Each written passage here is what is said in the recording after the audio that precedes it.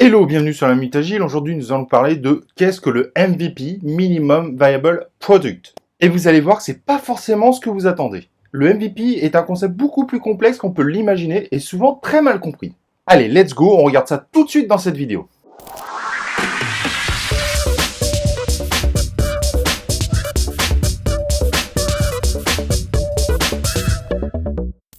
Alors, qu'est-ce que le MVP, Minimum Viable Product? Un acronyme qui est énormément utilisé dans les entreprises aujourd'hui. C'est un acronyme qui est vraiment très mal compris et on va expliquer pourquoi. Alors, on avait fait une vidéo, je ne sais pas si vous vous souvenez, mais n'hésitez pas à aller voir notre vidéo qui comparait MVF, MVP, donc MVF, Minimum Viable Feature, MVP, MMF, Minimum Marketable Feature, MMP, Minimum Marketable Product. Mais vous allez voir que le concept de MVP va beaucoup plus loin que ça. Donc dans cette vidéo, on avait déclaré le MVP, en gros, c'est le minimum pour tester un concept, pour voir si ça marche. Et nous, on était parti du besoin qui était « je veux un menu burger » et on avait fait une frite très simple avec du papier. On avait fait un verre de coca, mais pas designé, un simple verre avec du coca dedans et un burger minimum. Mais en fait, c'est pas tout à fait ça. Vous allez voir, ça va beaucoup plus loin.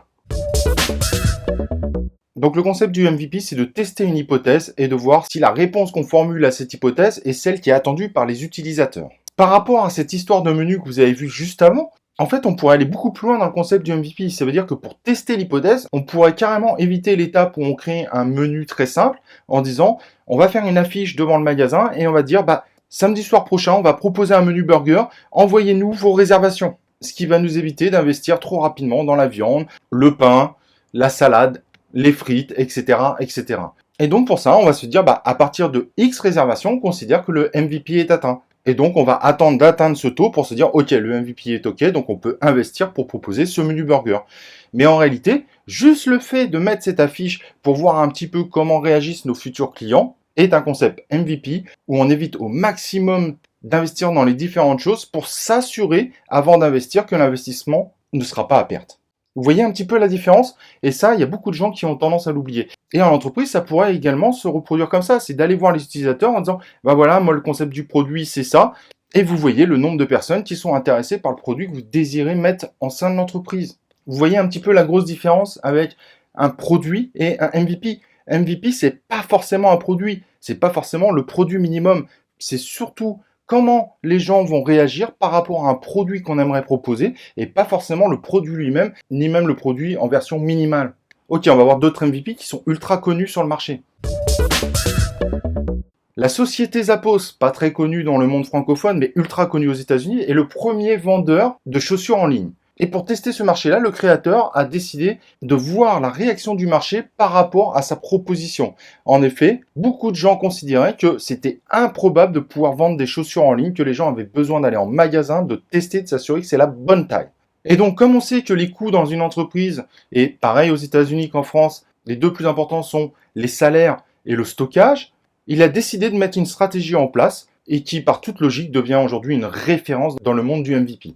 Il a décidé d'aller voir des vendeurs locaux et de leur dire « Voilà ce que je vous propose, je vous vends vos chaussures au même prix que vous les vendez, et je vous les achète exactement au prix que vous les vendez, donc vous n'êtes pas perdant, et vous m'autorisez juste à publier les photos sur mon site pour voir si les gens sont prêts à acheter des chaussures en ligne. » Et il a fait ça avec différents commerçants de San Francisco, et évidemment, certains commerçants ont accepté. Si jamais ça marchait, ce commerçant savait qu'il allait vendre encore plus de chaussures que la normale, sans le moindre effort. Donc c'était parfait pour lui. Donc c'était vraiment du gagnant-gagnant. Et pour éviter d'avoir des salaires dès le démarrage, ce qu'il a fait, c'est qu'il a pris une solution en ligne e-commerce. En général, les solutions qu'on configure nous-mêmes, ça nous coûte $20 par mois, de trucs vraiment pas excessifs. Et à ce moment-là, il a publié les différentes photos des chaussures des commerçants et il a essayé de voir si les gens étaient prêts à les acheter en ligne.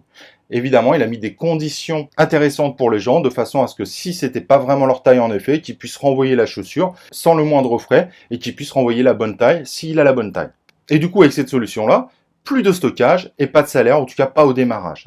Et il s'est aperçu rapidement qu'il y avait beaucoup de demandes, que les gens étaient vraiment intéressés d'acheter des chaussures en ligne et qu'ils étaient rassurés de pouvoir envoyer, de recevoir de nouvelles chaussures, le tout gratuitement. Et pour autant, ils l'utilisaient pas tant que ça, parce que les gens en général connaissent en fait plutôt bien leur taille. Mais c'était rassurant. Et du coup, ça a explosé, hein. Les Zappos est passé en quelques années à 1500 employés et à ce moment-là a été racheté par le fameux énorme Amazon. Mais voilà, ce que j'aime dans cet exemple, c'est le côté un peu success story, mais qui est vraiment parti sur un concept MVP. Et comme vous voyez, le concept MVP, là, c'était une application, mais pas vraiment un développement, parce qu'il a pris une solution en ligne, mais c'était surtout tout le concept de diminuer les coûts avec les notions de stockage et les notions de salaire. Et pour autant, aujourd'hui, il y a 1500 salariés. Autre concept MVP très intéressant qui a évité des gros gâchis financiers aux États-Unis, Barack Obama a mandaté quelqu'un pour monter une agence pour aider les gens qui sont en problème avec des crédits. C'est vrai que c'est un véritable fléau aux États-Unis. La plupart des Américains ont des tonnes de crédits, voire des tonnes de cartes bleues. Et si vous connaissez des Américains, vous leur demanderez, mais ils ont le concept d'acheter leur crédit d'une carte bleue avec une autre. Du moins, c'est complètement fou. Et donc, c'est un vrai fléau aux États-Unis et Barack Obama a voulu monter une agence pour aider ces personnes-là. Et pour monter cette agence-là, il était prêt à mettre des millions et des millions de dollars. Et la personne qui est venue l'aider pour monter cette agence a dit, bah, vous savez quoi? Moi, j'ai besoin de beaucoup moins. J'ai besoin d'un local, une personne, un téléphone. Donc juste quelques milliers de dollars. Et il expliquait que lui, son objectif, c'était déjà de tester si l'idée était bonne, de tester la viabilité de l'idée.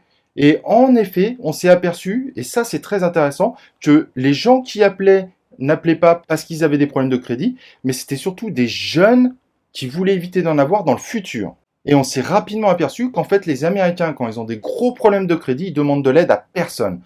Il y a une certaine fierté qui est là, et donc ils n'iront pas demander de l'aide. Et donc cette agence s'est transformée pour mieux répondre aux besoins des Américains, qui étaient de dire comment faire pour éviter d'avoir des problèmes de crédit à l'avenir. Et donc cette agence s'est adaptée et a fini par se monter autour de ce concept, et ça a été nettement plus bénéfique pour les Américains.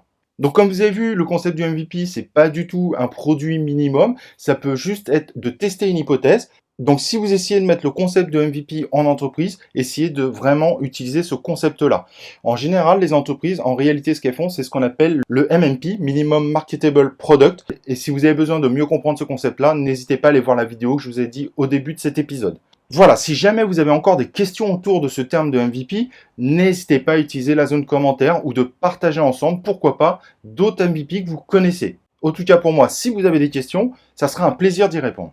Et voilà, cet épisode se termine. J'espère que vous avez appris de nouvelles choses. Et moi, évidemment, ce que je vous propose, c'est qu'on se retrouve dans un prochain épisode de La Minute Agile.